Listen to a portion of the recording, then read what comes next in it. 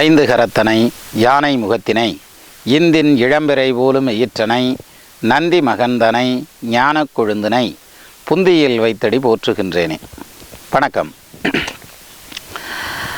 தமிழ் கூறும் நல்லுலகத்தில் அதுவும் ஜோதிடத்தை பொறுத்த வரைக்கும் கிரகங்களுடைய பயிற்சி ரொம்ப உன்னிப்பாக பார்க்கக்கூடிய ஒரு விஷயம்.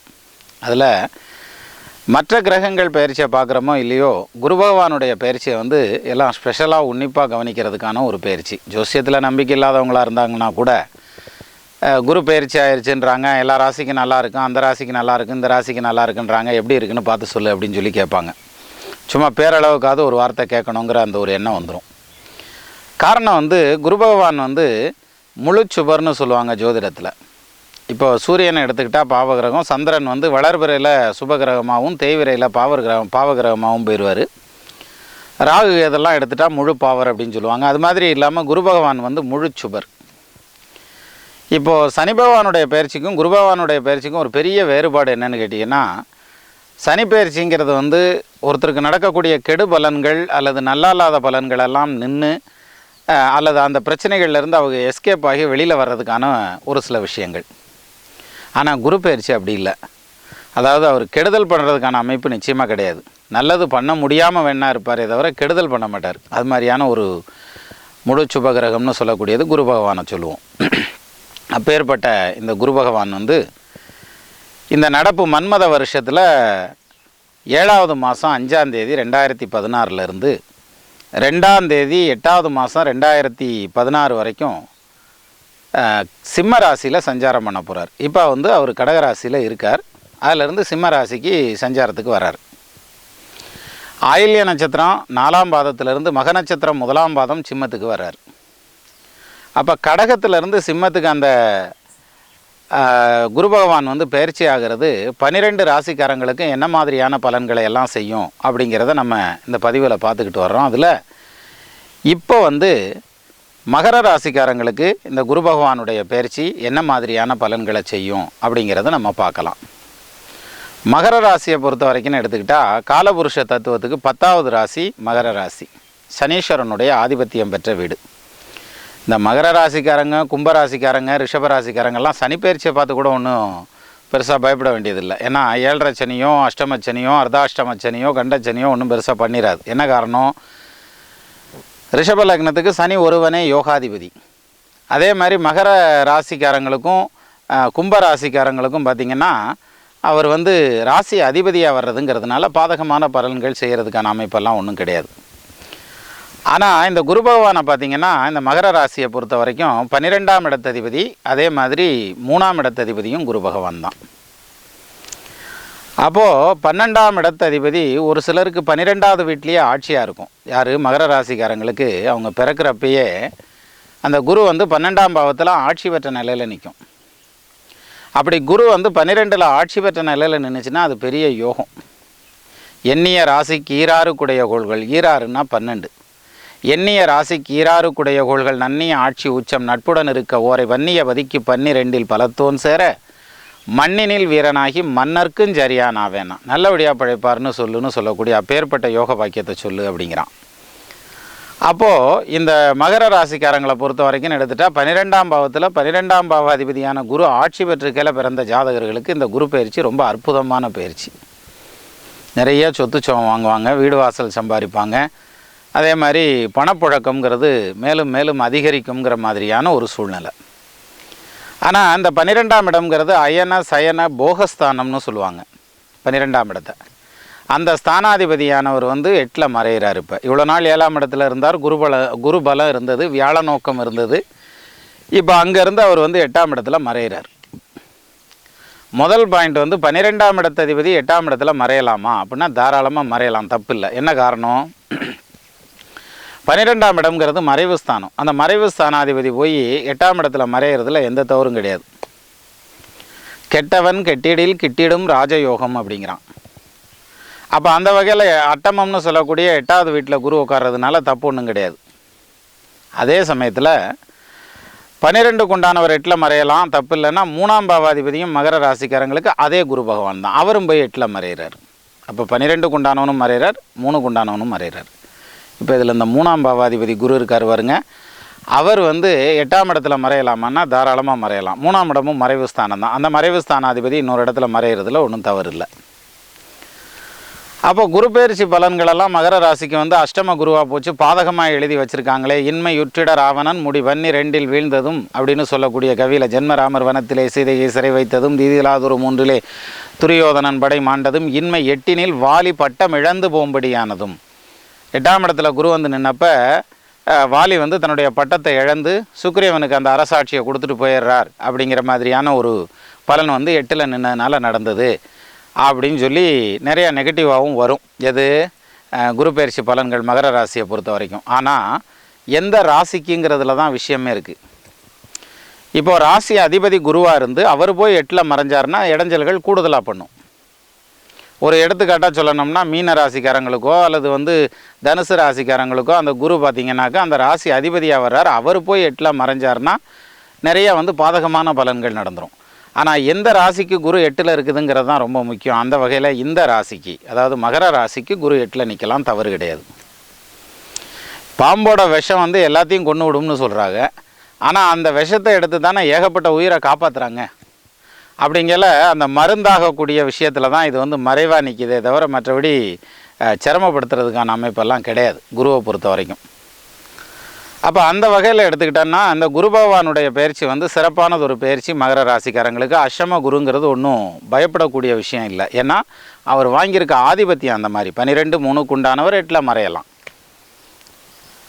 அப்போது 3ஆம் இடத்ததிபதி 8ல் மறைஞ்சால் என்ன நடக்கும் அப்படின்னா, இளைய சகோதர ஸ்தானம்னு சொல்லுவாங்க இல்லையா, தங்கச்சி தம்பி இவங்கெல்லாம் இருந்தாங்கன்னா அவங்களோட உங்களுக்கு கருத்து வேறுபாடுகள் கொஞ்சம் முன்ன பின்ன வர ஆரம்பிக்கும் அப்படிங்கிற மாதிரியான அமைப்பு. அப்போ என்ன செய்யலாம், நல்லொரு கழகு சொல்லாமல் இருப்பது, பேசாமல் இருந்துக்கிற வேண்டியதான் எப்போ வரைக்கும், இந்த அஷ்டம குரு முடிகிற வரைக்கும். அப்போது தம்பி தங்கச்சிகளோட அல்லது உடன்பிறப்புகளோட வரக்கூடிய கருத்து வேறுபாடுகளை வந்து நீங்கள் பெருசாக எடுத்துக்கிறாமல் விட்டு கொடுத்துட்டு போயிடணும்.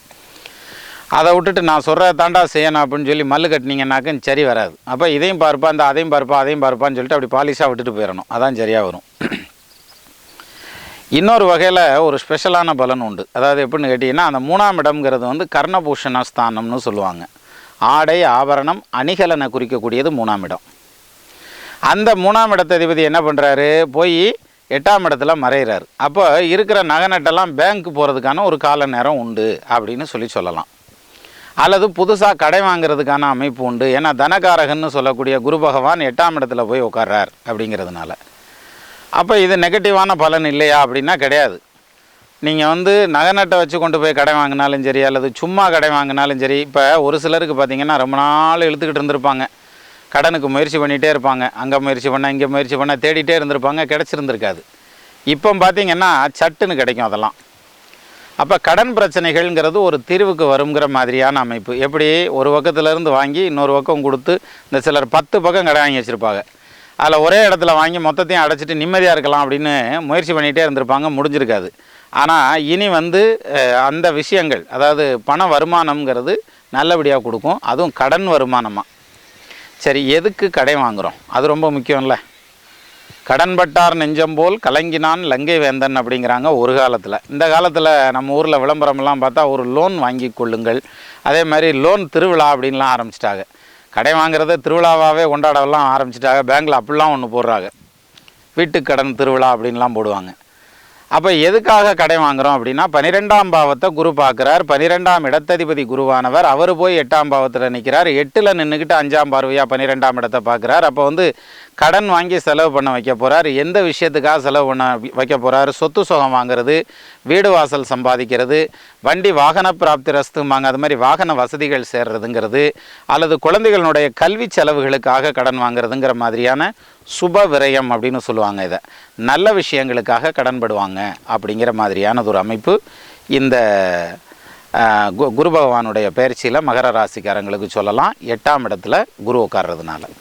சரி, அப்போது ஒரு வீடு வாங்குறதுக்காக கடை வாங்குறதுங்கிறது நல்ல விஷயம் தானே, ஒரு இடம் வாங்குறதுக்காக கடை வாங்குறதுங்கிறது நல்ல விஷயம் தானே.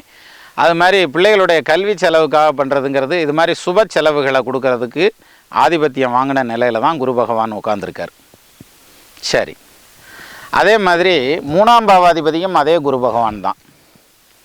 இப்போ இந்த 3க்கு உண்டானவர் போய் 8ஆம் இடத்துல நின்றுச்சுன்னா, இப்போ தம்பி தங்கச்சிகளுக்கு அவங்களுக்கு உதவி பண்ணுறேன் அப்படின்னு சொல்லிட்டு பொருளாதார உதவி ஆகட்டும் அல்லது வேறு ஏதாவது ஒரு வகையில் உதவி பண்ணுறேன்னு சொல்லி உங்களோட இன்வெஸ்ட்மெண்ட்டை கொண்டு போய் போட்டிங்கன்னா அங்கே தான் மாட்டிக்கும்.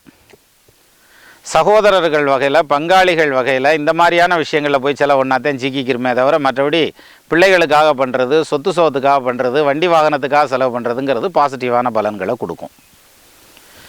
இவ்வளவு காலம் 7ஆம் பாவத்தில் நின்றுட்டு இருந்த குரு பகவான் இப்போ 8க்கு போகிறதுங்கிறதுனால இவங்களுக்கு வியாழ நோக்கம் இல்லை. இந்த டைமில் இந்த குரு பயிற்சியில் வியாழ நோக்கம்னா கல்யாணம்னு பேச ஆரம்பிக்கல என்ன சொல்கிறோம், முதல் குருபலம் வந்துருச்சான்னு பாரு அப்படிங்கிறாங்கல்ல.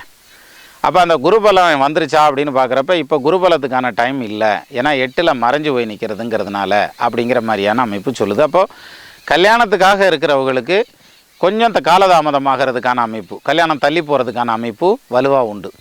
என்ன காரணத்தினால அந்த மாதிரி சொல்லலாம், குரு 8ல் மறையிறதுங்கிறதுனால. சரி, ஒரு சிலருக்கு என்ன சொல்லுவாங்கன்னா, கல்யாணம் தள்ளி போயிட்டே இருந்திருக்கும், ஆனால் இப்போ கூடி வர்ற மாதிரியான ஒரு சூழ்நிலை வரும். ஏன் அந்த மாதிரி அப்படின்னா, இப்போ இந்த குருபலம்ங்கிறது பொண்ணுக்கு இருக்கணும், மாப்பிள்ளைக்கு இருக்கணும், 2 பேர்த்துக்குமே குருபலம் இருக்கணும் அப்படிங்கிறது அமைப்பு இல்லை. 2ல் யாராவது ஒருத்தருக்கு இருந்தால் கூட போதும், கல்யாணம் நடக்கும். அப்போது மகர ராசிக்காரங்களுக்கு இப்போது கல்யாணத்துக்கான தசா புத்தி நடந்துட்டு இருந்துச்சுன்னு வச்சுக்கோங்களேன். 2க்கு உண்டானவன் 3க்கு உண்டானவனுடைய தசை அல்லது 7ஆம் பாவாதிபதி 11ஆம் பாவாதிபதியினுடைய தசையெல்லாம் நடந்துட்டு இருந்ததுன்னா, அதுக்கேற்ற புத்திகள் நடந்துட்டு இருந்ததுன்னா இப்போ கல்யாணம் கூடிரும். என்ன காரணம்னா, அவங்களுக்கு வரக்கூடிய பேர் இருக்காங்க இல்லையா, இன்னொரு ஜோடி, பொண்ணாக இருந்தால் ஆணும் ஆணாக இருந்தால் பொண்ணு வர்றவங்களுக்கு அவங்களுக்கு குருபலம் இருக்கும். அப்போ ஒருத்தருக்கு குருபலம் இருந்தாலே போதும், கணவன் மனைவிக்கு இடையில் அந்த கல்யாணம் நல்லபடியாக நடந்துடும். அப்போது 2 பேர்த்துக்குமே குருபலம் இல்லைன்னா அது நடக்காது, சும்மா வெட்டியாக பேசிக்கிட்டே உட்காந்துருப்பாங்க. அது மாதிரி இல்லாமல் இதில் யாராவது ஒருத்தருக்கு குருபலம் இருந்தாலே போதுங்கிறதுனால இப்போ மகர ராசிக்காரங்களுக்கு குருபலம் இல்லைனாலும் சாதகமான தசையோ புத்தியோ நடந்துக்கிட்டு இருந்தால் நிச்சயமாக அவங்களுக்கும் திருமணத்துக்கான அமைப்பு கைகூடி வந்துடும் அப்படின்னு சொல்லலாம். ஆனால் எல்லாத்துக்கும் வராது. இப்போ சப்போஸ் இன்னும் வர்றவரும் பார்த்திங்கன்னா, இப்போ கன்னி ராசிக்காரர் வர்றாருன்னு வச்சுக்கோங்க, அவருக்கும் குருபலம் இல்லை. மகர ராசி பொண்ணை பார்க்க வர்றாரு அல்லது மகர ராசியில் மாப்பிள்ளையை பார்க்குறதுக்கு ஒரு பொண்ணு வர்றாங்க அப்படிங்கிற மாதிரி வருதுங்கிற பட்சத்தில் இது கல்யாணம் கூடாது. யாராவது ஒருத்தருக்கு குருபலம் இருக்கணும். குருபலம் இருந்தால் கல்யாணம் முடிஞ்சிடும். அதே மாதிரி இவங்களுக்கு கல்யாணத்துக்கான தசாபுத்தி நடந்துட்டு இருக்கணும். யாருக்கு? மகர ராசிக்காரங்களுக்கு. அப்போ நார்மலாக எடுத்துகிட்டா கல்யாணம் தள்ளி போயிடும், இன்னும் 1 வருஷத்துக்கு கல்யாணம் நடக்காது அப்படின்லாம் எடுத்துக்க வேண்டியதில்லை. கல்யாணமெல்லாம் நடக்கும்னா கொஞ்சம் முன்ன பின்ன, அதாவது வரக்கூடிய வரன் அந்த குருபலத்தோட வலுவாக வந்தாங்கன்னா நடந்துடும். இது ஒரு முக்கியமான விஷயம். அப்போ திருமணம் அப்படிங்கிறது ஒரு சிலருக்கு பார்த்திங்கன்னா, திருமணத்தில் ஏற்கனவே கல்யாணம் பண்ணி பிரச்சனையாகி காட்டி உருண்டுக்கிட்டு இருப்பான். அது குடும்பம் நடத்துறது தெருவே கேளு, நாடே கேளு, ஊரே கேளுங்கிற மாதிரிலாம் ரகசியமாக குடும்பம் நடத்துவாங்க சிலர். அந்த மாதிரியான குடும்பம் நடத்துகிறவங்களுக்கு பிரச்சனைகள் ஏற்பட்டு பிரிவினைகள் ஏற்பட்டு நிற்கிறாங்கன்னு வச்சுக்கோங்க. ஆளுக்கு ஒரு திசையில் நிற்கிறாங்கன்னா, இப்போ அவங்களுடைய ஜாதகத்தில் தனித்தனியாக போகிறதுக்கான அமைப்பு இருந்ததுங்கிற பட்சத்தில், ஏன்னா தாரதோஷம் இருந்ததுன்னா தனித்தனியாக தானே போய் ஆகணும்.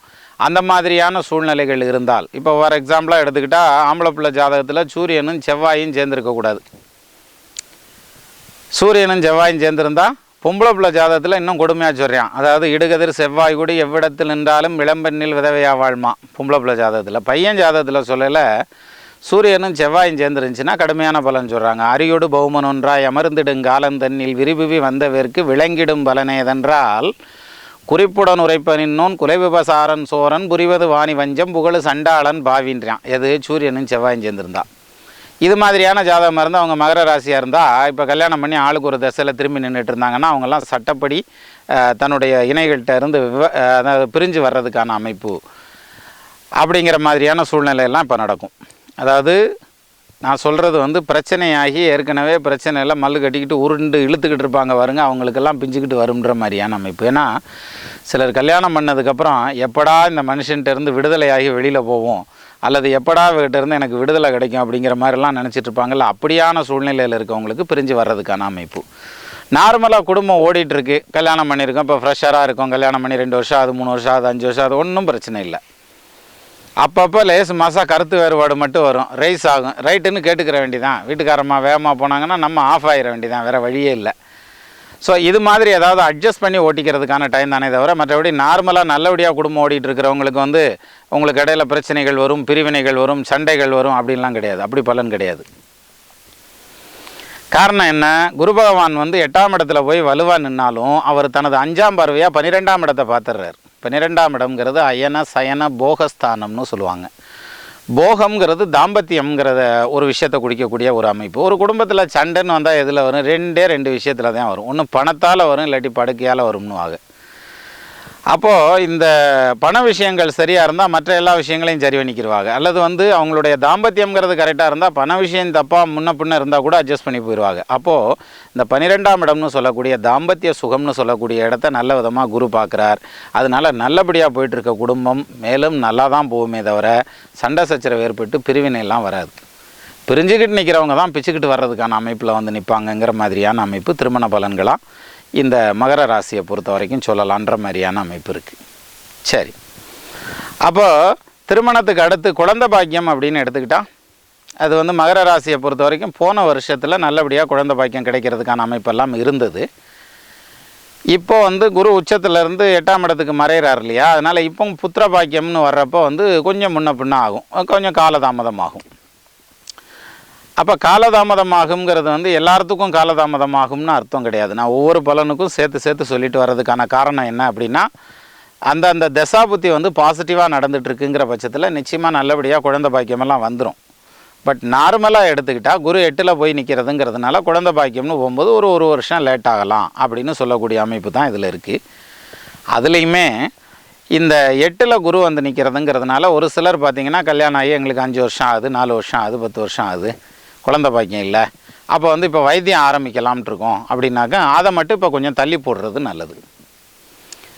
அப்போ எப்போ இருந்து எப்போ வரைக்கும் வைத்தியத்தை எல்லாம் தள்ளி போடலாம் அப்படின்னா, இந்த குரு பகவான் சிம்மத்தில் இருக்கக்கூடிய 5/7/2015 வர்ற குரு பயிற்சியிலேருந்து 2/8/2016 வரைக்கும் சிம்மத்தில் இருக்கிற வரைக்கும். இதில் இடையில அதிசாரத்தில் இன்னும் கொஞ்சம் முன்னால் வேற போகிறார் குரு. எப்போ 20/12/2015 7/2/2015 வரைக்கும் நடக்கிற டைம் கன்னிராசிக்கு அதிசாரத்தில் குரு போயிடுவார். பட் குரு போனாலுமே அடுத்த அப்படி தொடர்ந்து வக்கரமாகி பின்னால் வர்றார். அதனால் என்ன பண்ணுறீங்கன்னா, இந்த புத்திர பாக்கியத்துக்காக வைத்தியத்தை நோக்கி போகக்கூடியவங்க இருக்காங்க இல்லையா, அவங்களுக்கு இப்போ நிப்பாட்டி வைங்க. எது இந்த செயற்கை கருவூட்டல் IVF பண்ணுறது, IUI பண்ணுறது, அந்த மாதிரியான விஷயங்களெல்லாம் கொஞ்சம் தள்ளி போடுறது நல்லது. ஒரு வருஷத்துக்கு தள்ளி போடுங்க. என்ன காரணம்னா, பணம் செலவாகிறதுங்கிறது ஒரு விஷயம் இல்லை, அதை விட்டுறலாம். காசு பணம் செலவாகிறதுங்கிறது அதாவது எப்படினாலும் செலவு தானே பண்ண போகிறேன் எந்த டைமாக இருந்தாலும். அதனால் அதுவும் பிள்ளைகளுக்காக பண்ணுறதுனால தப்பு இல்லை. குழல் இனிது யாழ் இனிது என்பது தத்தம் மழலை சொல் கேளாதார் அப்படின்னா. ஆனால் பணம் செலவாகிறதோடு மட்டும் இல்லாமல் அந்த எதிர்பார்ப்போடு இருக்கையில் ரிசல்ட் நெகட்டிவ் அப்படின்னு வரையில் அது கொடுக்குற இன்டென்ஷன் இருக்கு இல்லையா, அந்த மன அழுத்தம் இருக்கு இல்லையா, அந்த அழுத்தத்தை சந்திக்க வேண்டியது இல்லைங்கிறதுக்காக தான் நான் என்ன சொல்கிறேன், இந்த டைமில் அதாவது இந்த ஒரு வருட காலத்தில் குரு 8ல் இருக்கக்கூடிய காலத்தில் மட்டும் அது மாதிரியான முயற்சிகளை எடுத்து வைக்க வேண்டாம். சரி, அப்போ 9ல் குரு போனதுக்கப்புறம் தாராளமாக ஸ்டெப் எடுத்து வைங்க. 9ல் குரு இருந்தாத்தையும் பெரிய யோகமாச்சு. அடுத்த வருஷத்தில் அரை தரும் பாக்கியத்தில் அந்தணன் இருக்க வெய்யோன் பிறையுடன் கூடியதான் வெட்புற பார்க்குமேனும் குறைவிலா நாளோன் கேந்திர ஓணத்திலே இருக்க நிறைகதிரோனும் பார்க்கில் நிகரிலா வாழ்க்கை உண்டாம்ன்றான். அதனால் வலுவான வாழ்க்கையை கொடுக்குங்கிற மாதிரியான அமைப்பு அந்த 9ல் குரு வந்துட்டா சொல்லலாம். அது வரட்டும், அப்போ பண்ணிக்கலாம். அது எப்போ வருது? 9ல் குரு வர்றதுங்கிறது அதாவது 2/8/2016 அப்புறம் நீங்கள் இந்த குழந்தை பாக்கியத்துக்காக வைத்தியம் ஆரம்பிக்கிறதுங்கிற விஷயங்களை பண்ணிக்கலாம். அது வரைக்கும் கொஞ்சம் காலதாமதப்படுத்துறதுங்கிறது ரொம்ப நல்லாயிருக்கும் அப்படிங்கிறது இந்த குரு பயிற்சியினுடைய கருத்து மகர ராசிக்காரங்களுக்கு எஸ்பெஷலாக. சரி, அடுத்தது இந்த மகர ராசியில் குழந்தைங்க இருப்பாங்க இல்லையா, படிச்சுட்ருக்கிறவங்க. பிள்ளைங்களுக்கான கல்வி யோகம் எப்படி இருக்கும் அப்படின்னா, ஞாபக மறதி ரொம்ப ஜாஸ்தியாக இருக்கும். படித்ததையே திருப்பி படிக்க வேண்டியது வரும். அதுலேயும் குறிப்பாக இந்த எம்ஃபில் பண்ணுறவங்க, PhD பண்ணுறவங்க, அல்லது ரிசர்ச் பண்ணுறவங்கெல்லாம் பார்த்திங்கன்னா, அவங்களுடைய ஒரிஜினல் ட்ராக் ஒன்று இருக்கும், அதை விட்டுட்டு இன்னொரு ட்ராக்கில் ரொம்ப தூரம் போயிட்டு அப்புறம் திரும்பி அடுத்த ட்ராக்கை நோக்கி போவாங்க. அப்படியான நேரம். அப்போ டேட்டா கலெக்ஷன் நீங்கள் ஒன்று பண்ண வேண்டியதாக இருக்கும், நீங்கள் இன்னொன்றையும் சேர்த்து பண்ணிக்கிட்டு இருப்பீங்க. அப்போ காலதாமதமாகிறதுக்கும் கால விரயமாகிறதுக்குமான கால நேரம் இருக்குங்கிற மாதிரியான சூழ்நிலை இருக்கனால நீங்கள் படிப்பை ஒரு முறைக்கு 2 முறை, 2 முறைக்கு 3 முறை, நல்லா தெரிஞ்சாலும் 4 பேர்கிட்ட கேளுன்றியான், அதிகமாக அறிஞ்சாலும் 5 பேர்கிட்ட கேளுன்றியான். அப்போ நீங்கள் என்ன செய்கிறீங்கன்னாக்க 1க்கு 4 தடவை, 1க்கு 2 தடவை வெரிஃபை பண்ணிக்கிட்டு அந்த வேலைகளை செய்கிறதுங்கிறது ரொம்ப நல்லதாக இருக்கும் அப்படிங்கிற மாதிரியான ஒரு அமைப்பு இந்த ஸ்டூடெண்ட்ஸில் ஹையர் எஜுகேஷனில் இருக்கவங்களை பொறுத்த வரைக்கும். அதுலேயும் குறிப்பாக ஒரு சிலர் இந்த மாதிரி நாங்கள் ஃபாரினில் போய் படிக்கலாம்னு இருக்கோம், வெளிநாட்டில் போய் படிக்கிறதுக்கான தோதுவாது இருக்கா அப்படிங்கிற அடுத்த கேள்வியை நோக்கி வருவாங்க. அதுக்கு பதில் என்ன சொல்லுது அப்படின்னா, 12க்கு உண்டானவர் வந்து ராசிக்கு 12ஆம் பாவாதிபதி 8ல் மறையக்கூடாது. அப்படி மறைஞ்சின்னா வெளிநாடு போகிறதுக்கான வாய்ப்பு வந்து தள்ளி போயிட்டே இருக்கும். பயனரு கோணந்தண்ணில் 12 குடையோர் நிற்கில் செயமுறு வேறு நாட்டில் ஜீவனம் என்பர் மாதே அப்படின்றேன். அப்படி இருந்ததுன்னா வெளிநாட்டில் ஜீவிதம் பண்ணுறதுக்கான அமைப்பெல்லாம் நல்லாயிருக்கும் அப்படிங்கிற மாதிரியான அம்சம். ஆனால் இப்போ அவர் வந்து 8ல் போய் உட்காந்துட்ருக்கார் இல்லையா, அதனால் இப்போ வந்து வெளிநாட்டு பிரயாணம் அப்படிங்கிறது வந்து கொஞ்சம் சிரமமான விஷயம். அதாவது அட்மிஷன் கிடைக்கிறது லேட் ஆகலாம், அல்லது விசா கிடைக்கிறது லேட் ஆகலாம், இந்த மாதிரியான விஷயங்கள்ல இருக்கும். அப்போ ஒரு முறைக்கு 2 முறை முயற்சி பண்ணுங்க, அதுக்கான அமைப்பு தானாகவே வந்துட்டு போகுது. ஒன்று. ரெண்டாவது, தெய்வத்தால் ஆகாதெனினும் முயற்சி தன் மெய் வருத்த கூலி தரும்ன்றாங்கல்ல, அதனால் மெய் வருத்தி பார்க்கலாம், ஒன்றும் தப்பு கிடையாது. சரி, அப்போது வெளிநாடு போகிறதுக்கான வாய்ப்புகள் கிடைக்குமா அப்படின்னாக்கும் கொஞ்சம் தள்ளி போகிறதுக்கான வாய்ப்பு உண்டு. அப்போ இன்னும் அதிகமாக ப்ரிப்பேர் பண்ணி நீங்கள் உங்கள் எக்ஸாம் எல்லாம் அட்டன் பண்ணணுன்ற மாதிரியான அமைப்பு. அது மட்டும் இல்லாமல் இல்லை நாங்கள் வந்து ஜோசியம் சொல்கிறது ஒரு பக்கம் இருக்கட்டும், போயே ஆகணும்யா, நாங்கள் ஃபுல்லாக முடிவு வந்துட்டோம், அதுக்கு பதில் சொல்ல அப்படின்னா தட்சிணாமூர்த்தியை வழிபடுங்க, முருகப்பெருமானை வழிபடுங்க. அவர் வந்து உங்களுக்கு வெளிநாடு போகிறதுக்கான வழிவகைகளை வகுத்து கொடுப்பார். சரி, வெளிநாட்டில் வேலைக்கு போகிறதுக்கான சோர்ஸஸ் எல்லாம் இருக்கா அப்படிங்கிறது அடுத்த கொஷின். ஏன்னா வெளிநாட்டில் வேலைக்கு போகிறதுங்கிறது தாய்நாட்டில் கூட எடுத்துக்குவோமே.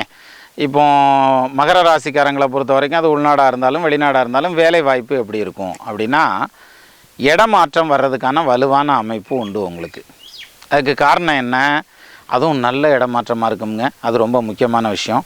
ஏன்னா லாபஸ்தானத்தில் சனி உட்காந்துருக்கார் இல்லையா உங்களுக்கு மகர ராசிக்கு. கணமுள்ள நவமாறு லாபம் 3, லாபம்னா 11ஆம் இடம், கணமுள்ள நவமாறு லாபம் 3, கதிர்மைந்தன் அதில் இருக்க விதியம் தீர்க்கம்னா, கதிர்மைந்தன்னா சூரியனுடைய பிள்ளையான சனீஸ்வரன், அதான் கதிர்மைந்தன். கதிர்மைந்தன் அதில் இருக்க விதியும் தீர்க்கம், தனமுண்டு பிதிர்தோஷம் சத்ருபங்கம், தரணிதனில் பெயர் விளங்கும் நிதியும் உள்ளான், குணமுள்ள கருமத்தில் இருக்க நல்லான், கொற்றவனே வாகனமும் தொழிலும் உள்ளான்னா. அப்போ வாகன அமைப்பும் சிறப்பாக இருக்கும், தொழில் அமைப்பும் சிறப்பாக இருக்குங்கிற சஞ்சார பலன்களை சனீஸ்வரன் ஏற்கனவே பண்ணிக்கிட்டு இருக்கிறார். தொழில் காரகன்னு சொல்கிறதே சனீஸ்வரனத்தையும் சொல்லுவாங்க. அவர் வந்து 11ஆம் பாவத்தில், அதுவும் ராசியாதிபதியாகி 11ல் உட்காந்துருக்கிறதுங்கிறதுனால தொழில் நல்லாயிருக்கும். வேலையை விட்டுட்டு போகிறதுக்கான அமைப்போ அல்லது கம்பெனி உங்களை டெர்மினேட் பண்ணிடுங்கிற மாதிரியான அமைப்போ இல்லை. ஆனால் அதே சமயத்தில் இடமாற்றம்ங்கிறது வரும். அதாவது டெப்டேஷனில் வந்து ஒரு இடத்துலேருந்து இன்னொரு இடத்துக்கு போகிறது, ஒரு ப்ராஜெக்ட்லேருந்து இன்னொரு ப்ராஜெக்ட்டுக்கு மாற்றுறதுங்கிறது. அதே மாதிரி அதாவது சீட் சேஞ்சுன்னு சொல்லுவோம்ல, ஒரு இடத்துலேருந்து இன்னொரு இடத்துக்கு, இன்னொரு ஊருக்கு, இன்னொரு ஆஃபீஸுக்கு அந்த மாதிரி மாற்றி போடுறதுங்கிற மாதிரியான அமைப்பெல்லாம் இந்த பீரியடில் உண்டு. ஸோ அதுலேயும் இன்னும் குறிப்பாக சொல்லணும்னா அந்த குரு வந்து வக்ரமாகக்கூடிய காலம், அதிசாரத்தில் போகிற காலம்லாம் இருக்குது பாருங்கள். அதாவது 20/12/2015 7/2/2015 வரைக்கும் ஒரு டைம், அப்புறம் 20 ஜனவரி 2016 28 ஏப்ரல் 2016 வரைக்கும் இந்த 2 பீரியட்லேயும் பார்த்தீங்கன்னா சனி வக்ரமாகவும் அதிசாரமாகவும் இருக்கக்கூடிய காலம். இந்த பீரியடில் வெளிநாடு போகிறதுக்கான அமைப்பு, அதாவது இந்த ஆன்சைட்டெல்லாம் போயிட்டு வருவாங்க இல்லையா, அது மாதிரி ஃபாரின்லாம் போயிட்டு வர்றதுக்கான அமைப்பெல்லாம் வலுவாக இருக்கும். ஒரு சிலர் பிளான் பண்ணியிருப்பாங்க, கோவில் குளமெல்லாம் வந்துட்டு போகணும், எல்லா கோயிலுக்கும் போய் சுற்றிட்டு வரணும். வெளிநாட்டில் இருக்கவங்கன்னா குறிப்பாக அதுதான் மெயினாக எய்ம் பண்ணிகிட்டே இருப்பாங்க. அது மாதிரி இருக்கிறவங்களுக்கு என்ன சொல்லுது அப்படின்னா, கோவில் குளம் போய் வர்றதுங்கிறது வந்து இந்த வருஷத்தில் கொஞ்சம் தடையாகிறதுக்கான வாய்ப்பு உண்டு. 3ஆம் பாவத்தில் கேது உட்காந்துருக்கார், அவர் அடுத்து 2ஆம் பாவத்துக்கு தான் இறங்க போகிறார். அதனால் ரெண்டாவது இன்னொரு பக்கத்தில் வந்து குரு 8ல் நிற்கிறதுங்கிறதுனால ஆன்மீக காரியங்கள், தெய்வீக காரியங்கள்ங்கிறது கொஞ்சம் தள்ளி போகிறதுக்கான அமைப்பு உண்டு. அதுலேயும் மகர ராசிக்காரங்க பெற்றோர்கள் இருந்தாங்கன்னா அவங்களுடைய குழந்தைகளுடைய கல்வியை பற்றின கவலை உங்களுக்கு ஜாஸ்தியாக இருக்கும். அதுக்காக கடன்பட வேண்டியது வரும். இதெல்லாம் நல்ல கடன் தானே.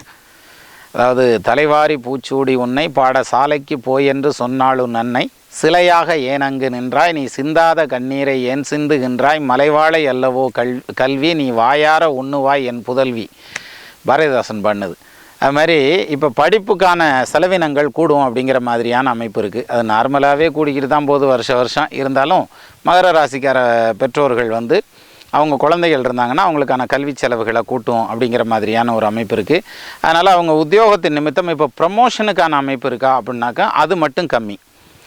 அப்போ ப்ரமோஷன் அமைப்பு இல்லை அப்படிங்கிற பட்சத்தில் அடுத்து அதான் டெப்டேஷனில் மாறுறது, வெளியில் போயிட்டு வர்றது, அந்த மாதிரியான விஷயங்கள்லாம் இருக்குமே தவிர ப்ரமோஷனுங்கிறது வலுவாக சொல்லலை. சேலரி ஹைக் இருக்குமா அப்படின்னா ஒரு சிலரை தவிர பெரும்பான்மையானவர்களுக்கு சேலரி ஹைக்குங்கிறது வந்து இன்னும் கொஞ்சம் தள்ளி போகுங்கிற மாதிரியான அம்சம் உண்டு. அப்போ சொந்த தொழிலில் இருக்கிறவங்களுக்கு, சொந்த தொழில் ஆரம்பிக்கலான்னு இருக்கவங்களுக்கு அப்படின்னு எடுத்துகிட்டா இப்போ ஸ்டார்ட் பண்ணுறது, சுய தொழில் ஸ்டார்ட் பண்ணுறதுக்கு இப்போ சரியான நேரம் இல்லை. இப்போ சொந்த தொழில் ஸ்டார்ட் பண்ணக்கூடாது. சரி, அப்போ எப்போ பண்ணலாம் சொந்த தொழில் அப்படின்னா, இப்போ பண்ணுறதை விடுத்து இன்னும் கொஞ்சம் டைம் எடுத்து பண்ணால் நல்லாயிருக்கும். அப்போ இன்னொரு வருஷம் கழித்து சொந்த தொழில் ஸ்டார்ட் பண்ணலாம். இப்போ ஆல்ரெடி சொந்த தொழிலில் இருக்கிறவங்களுக்கு எக்ஸ்பேன்ஷன் எதுவும் போயிடாதீங்க, மேற்கொண்டு எதுவும் இன்வெஸ்ட் பண்ணிடாதீங்க. இருக்கிற இன்வெஸ்ட்மெண்ட்டை வச்சு உள்ளதை வச்சு நல்லது பண்ணுங்கன்னு சொல்லுவாங்கள்ல. கூரை ஏறி கோழி விடிங்க, அப்புறம் வானம் ஏறி வைகுந்தம் போகலான்னு சொல்லுவாங்கள்ல. அது மாதிரி இப்போ இதை மட்டும் பண்ணாலே போதுமானது. அதாவது இருக்கிற தொழிலை அப்படியே மெயின்டைன் பண்ணி கொண்டு போனால் போதுமே தவிர, மற்றபடி வேகம் பண்ணி இன்னும் கொஞ்சம் இன்வெஸ்ட்மெண்ட்டை கூட்டி அந்த மாதிரி கொண்டு போகிறதுக்கு இது சரியான நேரம் அல்ல அப்படின்னு ஒரு பாயிண்ட் சொல்லுது. இது சொந்த தொழிலில் இருக்கிறவங்களை பொறுத்த வரைக்கும் இப்படி எடுத்துக்கலாம். சரி, அப்போது வீடு மனை வாங்கிறது, சொத்து சோகம் வாங்குறதுங்கிற மாதிரியான அமைப்பு, வண்டி வாகனம் வாங்குறதுக்கான அமைப்பு இதெல்லாம் இப்போ உண்டு. அதுக்கு லோன் எல்லாம் கேட்டிங்கன்னா உடனே கொடுத்துருவாங்க. உங்களை கடனாளி ஆக்கிறதுக்கு ஊரே ரெடியாக இருக்குது. அதனால் நீங்கள் கடன் கேட்டிங்கன்னா போதும், சட்டுப்புட்டுன்னு கொடுத்துருவாங்க, உங்களுக்கு அந்த வேலை நடந்துடும். அப்புறம் வட்டி முதலமாக கட்டிக்கிட்டு இருப்பீங்கிற மாதிரியான அமைப்பு. அதுலேயும் குறிப்பாக அந்த கிரெடிட் கார்டெலாம் கேட்டிங்கன்னா உடனே பாஸ் பண்ணி விட்ருவாங்க. ரைட்னு கொடுத்துருவாங்க. அப்போ தானே சீக்கிரம் கடை வாங்க முடியும். அது மாதிரியான ஒரு அமைப்பு. மற்றபடி ஆயுள் பலம், ஆரோக்கிய பலம் இதெல்லாம் நல்லபடியாக கொடுத்து வச்சுருக்குது. அப்போது மகர ராசியை பொறுத்த வரைக்கும் எடுத்துக்கிட்டோம்னாக்க, 12க்கு உண்டானவர் 8ல் மறையிறது நல்லது. 3ஆம் பாவாதிபதி 8ல் மறையிறது நல்லது.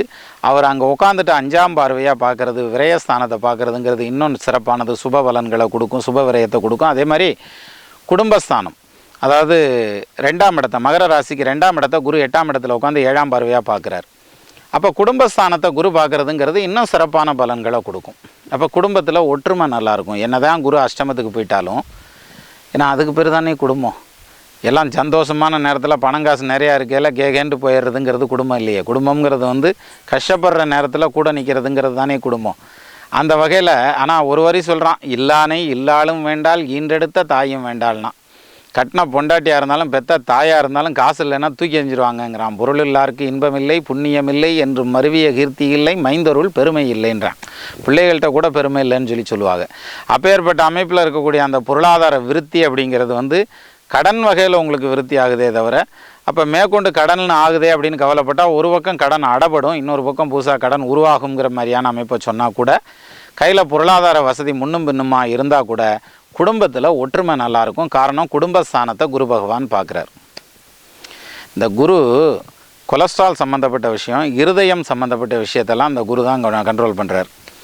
அப்போ ஹார்ட் அட்டாக் வர்றதுங்கிறதும், கொலஸ்ட்ரால் அதிகமாகிறதுங்கிறது, ஸ்டண்ட்டு வைக்கிறது, பைபாஸ் பண்ணுறதுங்கிறதுக்கெல்லாம் இந்த குரு அதிபதியாக வருவார். அப்போ அவர் போய் 8ல் மறைஞ்சால் இதெல்லாம் செய்ய வச்சுருவாரானாக்கும் செய்ய வைக்க மாட்டார். என்ன காரணம்னா, 8ல் நிற்கிற குரு குடும்பஸ்தானத்தை பார்க்குறதுங்கிறது நேத்திரஸ்தானம்னு சொல்லுவாங்க, உடம்பு. அந்த உடம்பை பார்க்குறார். அப்போ குரு பார்த்தா கோடி குற்றம் நீங்குமே. அதனால் உடல் ஆரோக்கியம் மேம்படும்.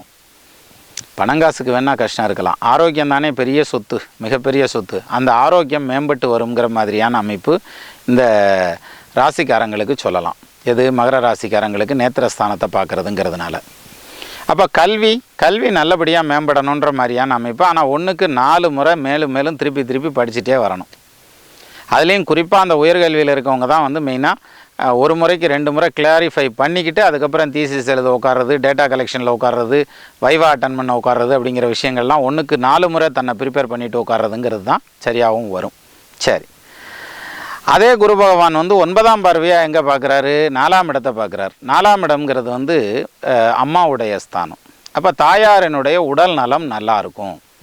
சிலருக்கு பார்த்திங்கன்னா அம்மானாலே அப்புறம் வயசானவங்களாக தானே அம்மாவாக இருப்பாங்க. வயசானாலே வண்டி மாடல் பழசாயிட்டாலுமே அப்புறம் மெயின்டெனன்ஸ் செலவெல்லாம் வரும்ல. இப்போ இந்த மெயின்டெனன்ஸ் செலவெல்லாம் ஒன்றும் பயப்படுற அளவுக்கு வராது.